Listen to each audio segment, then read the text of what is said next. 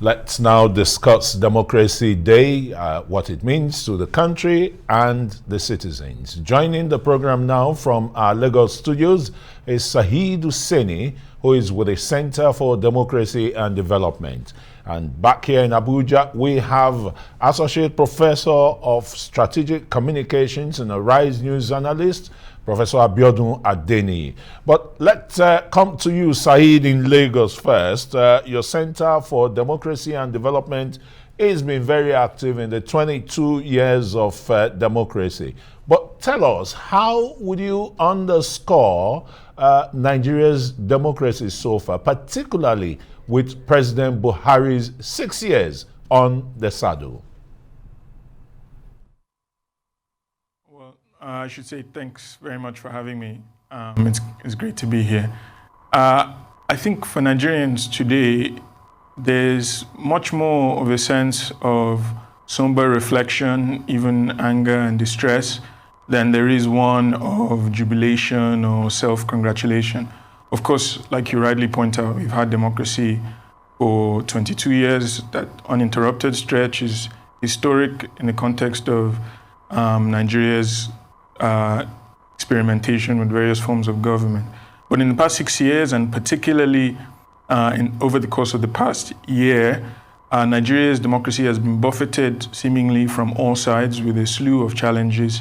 Of course, there are the perennial ones like the security challenge, continued issues with corruption, a stagnant economy. But added to that list, we've seen very recently an unprecedented level of attacks on civil liberties. And that has been one of the more concerning trends for the CDD and for members of civil society more generally. So we've seen attacks on the right to peaceful protest. I mean, most notably with the violent crackdown on protesters last year in October. We've seen increasing restrictions on the right to free association. And now we've seen further attacks on the right to free speech, even in the form of the banning of various platforms online, particularly that have been avenues for Nigerians to express grievances against the government. So these are worrying trends because democracy is certainly much more than just the practice of casting a ballot every 4 years or every period of elections. I think democracy has to be much more about the rights of citizens on a day-to-day basis to express their political opinions, express their views without fear of repercussion. And seeing that being rolled back is exceptionally worrying because it raises the possibility, not just now, but in the future, of more crackdowns of this sort from increasingly unaccountable governments. Well, thanks very much, Saeed. You've painted a mixed bag, of ups and downs in the 22 years of democracy, 6 years of President Buhari's government and the rest. But there are very copious achievements, which he has said, and against the backdrop of, the insecurity, which in his Democracy Day speech, he said, by the grace of God, we're going to overcome. What more would you really expect to see as, will progress democratically? I think, across the board, there's a lot more that Nigerians are asking for. And, let's take, for instance, the question of insecurity. Of course, this is one of the pillars of the president's promises and the proposals that the ruling party put forward before it was elected by Nigerians. And while, some moderate progress was made, particularly at the onset when the administration first arrived, that progress has not been sustained. We've seen that the momentum has eroded in large stretches of the country, particularly in the Northwest, where we've seen increasing acts of banditry, of cattle rustling. So citizens are quite dissatisfied with the pace of progress when it comes to addressing the variety of security challenges.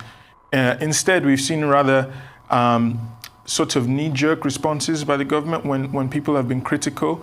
And we've also seen perhaps an excessive focus on militarized responses to the various security crises, so that the military now has become quite overstretched because of its participation in a variety of responses to insecurity. But what still remains lacking, it seems, is an attempt to seriously grapple with some of the root causes that are driving Nigerians of various sorts into either crime or into forms of radical political or social organization. And those causes include, of course, youth unemployment, include population growth, include the increasing impoverishment, particularly of people in the countryside. So we've not seen a government response that sufficiently matches up to these challenges, and that's why I think that Nigerians are not necessarily in the celebratory mood that you would expect from them on a day like this. Right. All right, Hussein, I mean, without taking words out from your mouth there, you did mention, of course, the challenges. Well, also, did you get a sense that the president kind of admitted that, yes, there are areas that, not matched up? However, there are also areas of growth in terms of infrastructure. How did that come to you?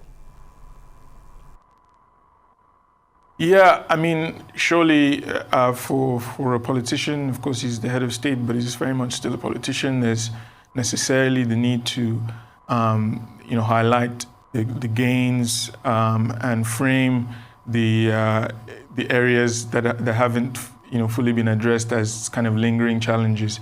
And to be fair, yeah, there have been some moderate, as I say, efforts to resolving the security challenge. There have been some moderate efforts in putting some infrastructural developments in place, but it goes without saying that these efforts fall far below the expectations of Nigerians. Otherwise, people wouldn't be so disgruntled. Otherwise, we wouldn't have the kinds of expressions of protest or of civil disobedience, which, of course, are necessary and, in fact, should be encouraged. But we wouldn't have those kinds of outbreaks if people were happy or satisfied with the level. And yeah, you're right that there is some acknowledgement of that from the president in that speech, but I think much more needs to be said about what the plans are concretely to resolve these challenges, beyond just acknowledgement of the difficulties or the limitations which Nigerians are quite aware of. These are people who have elected you to do a job, and they need a plan. They need a reassurance that beyond appeals to the supernatural or to the divine, they need concrete assurances that there are steps being taken to address these challenges. And I don't think we quite got that to the extent that we did get, some acknowledgement of lingering challenges. Right. Thank you very much, Saheed Hussein, who is the Director of Research with the Center for Democracy and Development. Thank you for your thoughts there.